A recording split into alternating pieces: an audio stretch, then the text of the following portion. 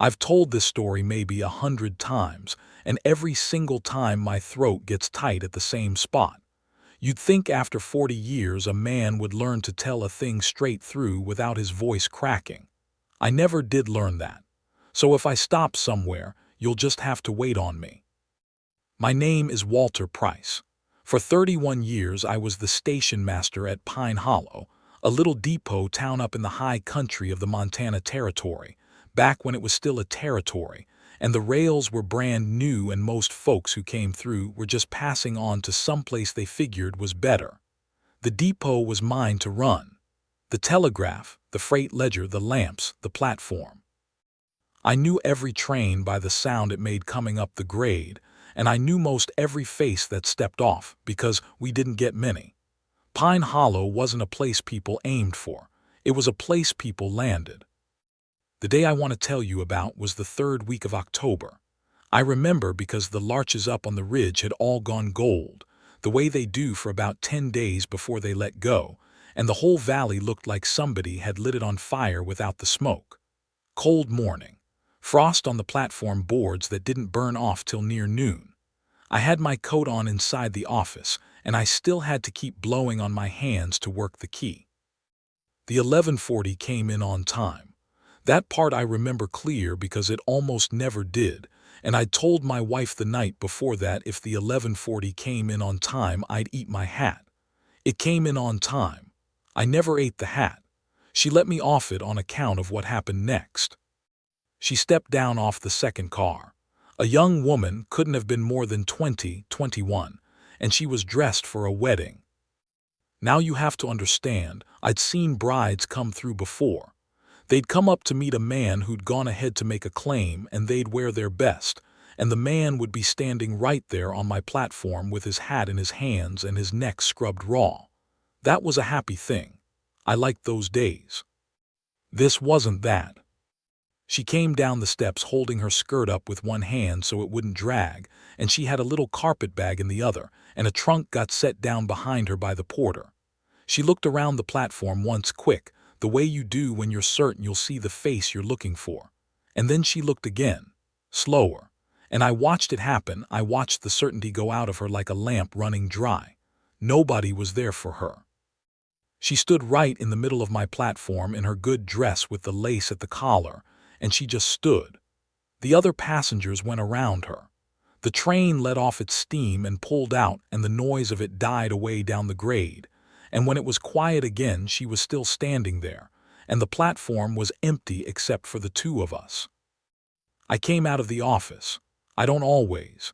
A station master learns to leave people alone. Folks coming and going have their own business and it's not mine to pry, but something about the way she stood, like a person who's been hit and hasn't fallen yet. "Ma'am," I said, "you looking for somebody?" She turned to me and tried to make her face all right. People do that. They want a stranger to think they've got things in hand. "Yes," she said. "Yes, there should be a man here to meet me, Mr. Royce Selby. He'd have been waiting." I knew the name. That's the thing of it. I knew it before she even finished saying it, and my stomach dropped because I knew Royce Selby, and I knew exactly the kind of man he was, and I knew there was no chance under God's blue sky that he was coming. Let me back up and tell you about Selby, because you can't understand the rest without it. Royce Selby had a place about 9 miles out of town, a cattle outfit he'd inherited off his uncle and run halfway into the ground. He was a handsome devil. I'll give him that. Tall, dressed sharp whenever he came to town, had a way of talking that made you feel like the most important man in the room right up until you realized he'd talked you out of something. He owed money to the mercantile, owed money to the saddle maker, owed money to half the men he played cards with on Saturday nights. And he had a habit which everybody knew about, of writing back east. See, there were these arrangements. A man out here, lonesome and short on prospects for a wife, would put a notice in the papers back in the settled country, or he'd write through one of those marriage agencies, and a woman who maybe didn't have many prospects of her own would write back, and they'd send letters across the months, and finally she'd come out on the train to marry a man she'd never laid eyes on. It happened all the time. Sometimes it turned out fine. My own brother met his wife that way, and they were happy as anything for 30 years. But Selby, about 2 months before this, Selby had come into the saloon flush with cash all of a sudden, and the word was he'd married Cora Tilfindale, whose father owned the biggest spread in 3 counties and a good chunk of the bank besides. Married her quiet, married her quick, paid off most of his debts in a week. Everybody in Pine Hollow knew it. And here's this girl on my platform in her wedding lace, asking after Royce Selby like he was coming any minute. He'd written to her, strung her along across an ocean of letters, probably told her he loved her, told her to sell up whatever she had back home and come west to be his wife. And then a richer prospect walked by and he took it, and he never bothered to send so much as a line to tell the first one to stay put. He just let her get on the train, let her cross the whole country, let her step down onto my platform in her good dress. I've thought a lot over the years about what kind of man does that. Not the cruelty of it exactly, there's plenty of cruel in the world. It's the laziness of the cruelty. He couldn't even spend a nickel on a telegram to spare her this. She wasn't worth a nickel to him. "Ma'am," I said, and I didn't know how to say it. "Why don't you come inside out of the cold? I've got a stove going." "He's only late," she said. "He's coming from out of town. The roads, you said, somebody said the roads can be bad." I hadn't said any such thing. "Come on in," I said. "We'll watch for him from the window." Her name was Adeline Crew. She told me that while she sat on the bench by my stove with her hands wrapped around a tin cup of coffee she wasn't drinking, just holding for the warmth. She'd come from a town in Ohio I'd never heard of. Her father had been a school teacher and he'd died, and her mother before him, and she'd been living with an aunt who didn't much want her. And then the letters had started and Royce Selby had seemed like, well, like a door opening. "He writes a beautiful letter," she said, and she almost smiled. "I have them. I kept all of them." She touched the carpetbag at her feet like the letters were in there. They probably were. I didn't have the heart. God forgive me, I didn't have the heart to tell her right then. I told myself I'd let her warm up first. I told myself maybe I was wrong.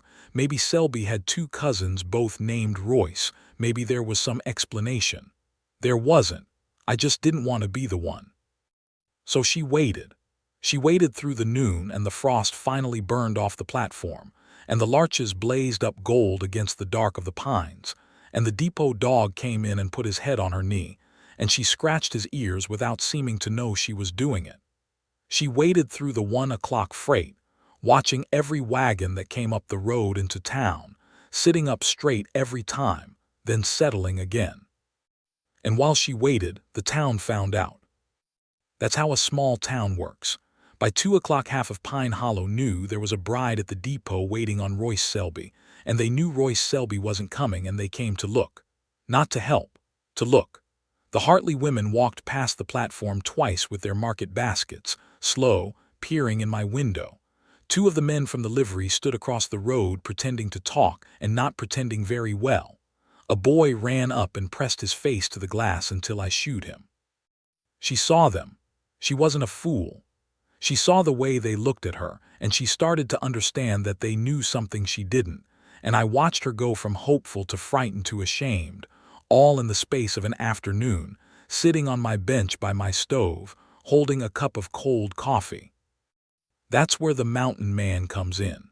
But I'll tell you about him in a minute, because I want you to sit with her a while first. I want you to feel how long that afternoon was. Because that's the part everybody forgets when they tell it back to me cheerful, they jump to the good part. There's no understanding the good part if you don't first sit in the cold with a girl who's just figured out she sold everything she owned to cross a continent for a man who couldn't be bothered to write that he didn't want her anymore. He came down off the high country with furs. I should explain about him too. His name was Holly's Vane, and he wasn't a Pine Hollow man, not exactly.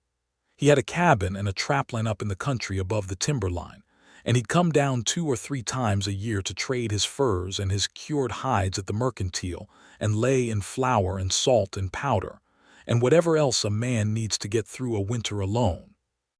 He was a big fellow, not tall so much as built like a door, with a beard gone gray at the edges and hands like he'd been carved out of the same trees he lived among. Hard to say how old. 40, maybe. Could have been 50. The mountains age a man strange. They put gray in him early and then keep him from getting any older for a long while after. Folks in town were a little afraid of him, the way townsfolk get about a man who chooses to live apart. They told stories. He'd killed a man back in the war. He'd lost a wife and child to the fever and gone up the mountain and never properly come down again in his heart. Some of it was probably true, and most of it was probably the kind of story people make up about a quiet man because his quiet leaves room for it. He never said much to deny any of it. He'd come in, do his trading, be civil, and go.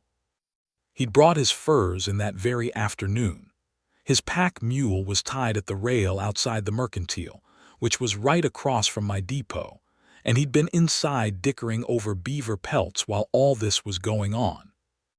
And when he came out, I had this from him later, and from the storekeeper, and from my own eyes for the last part of it. When he came out onto the mercantile porch with his credit slip in his hand, he saw the little crowd that had gathered, and he saw them looking at my window, and he asked the storekeeper what the to-do was. The storekeeper told it the way the town was telling it, with a smirk in it.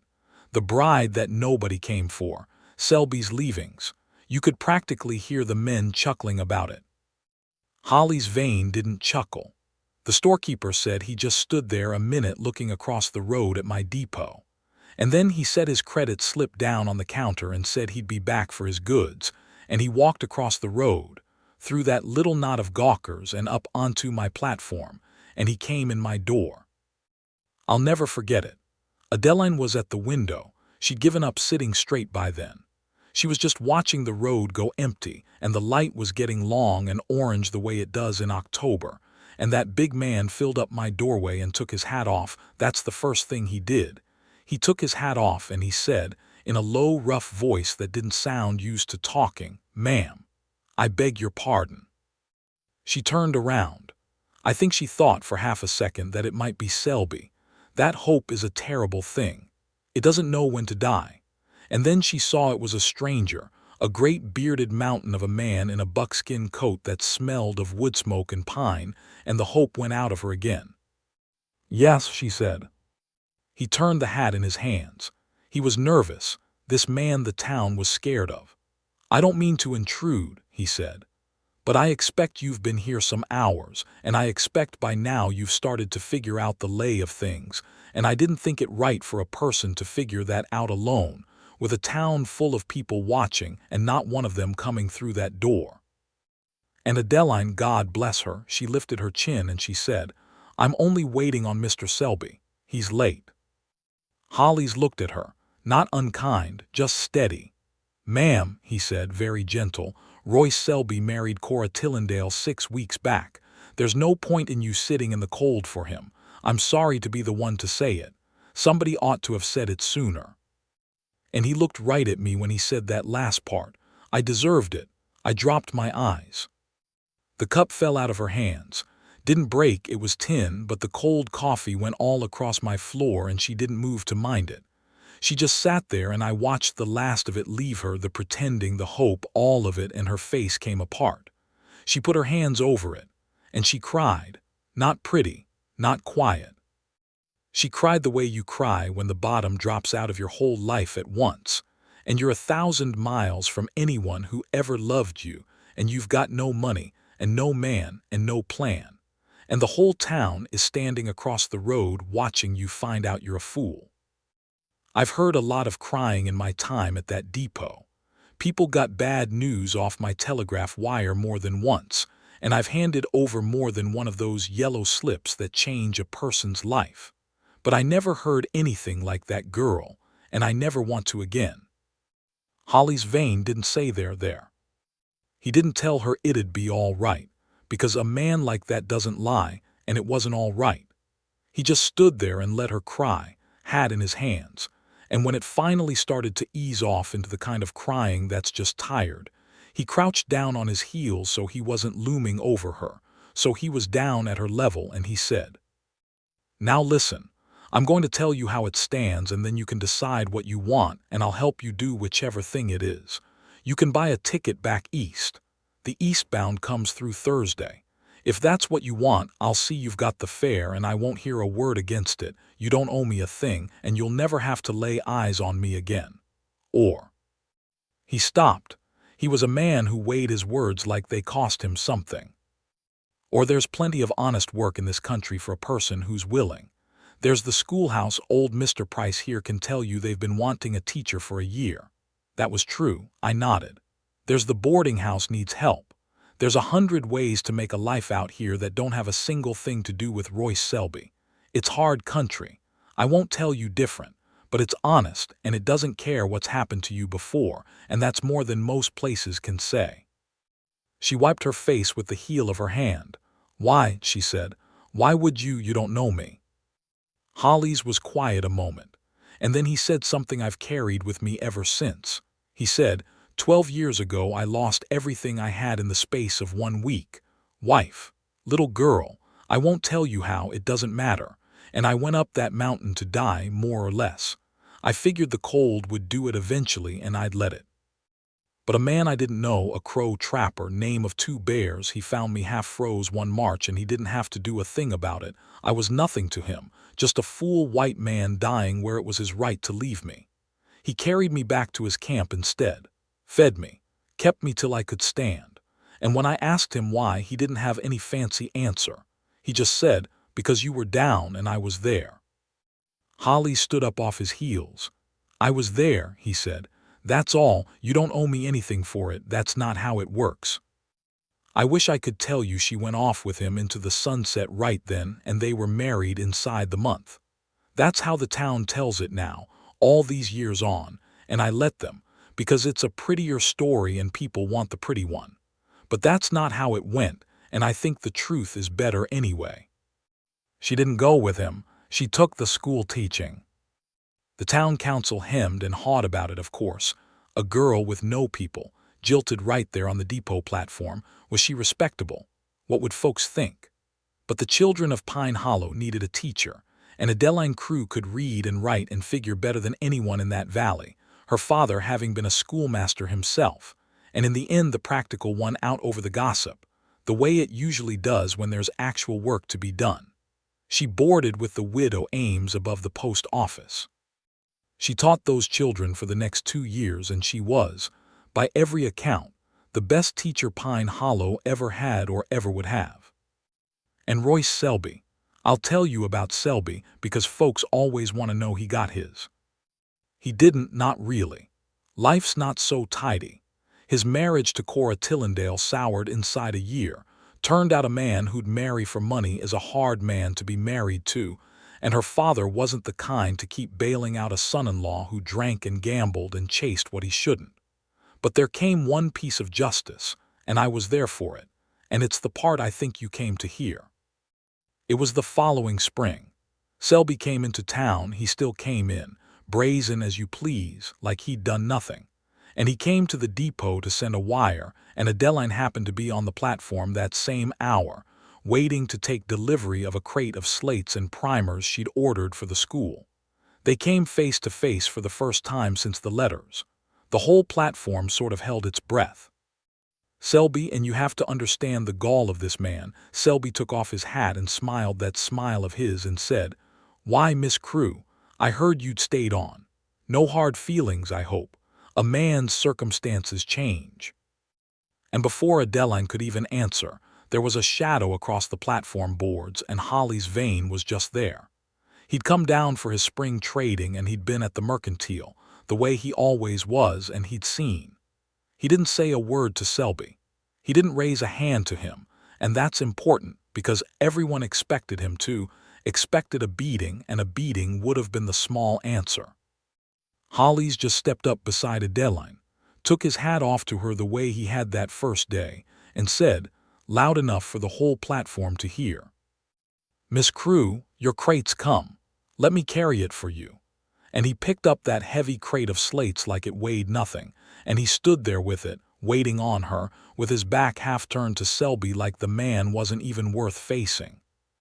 It was the most complete dismissal I ever saw one man give another.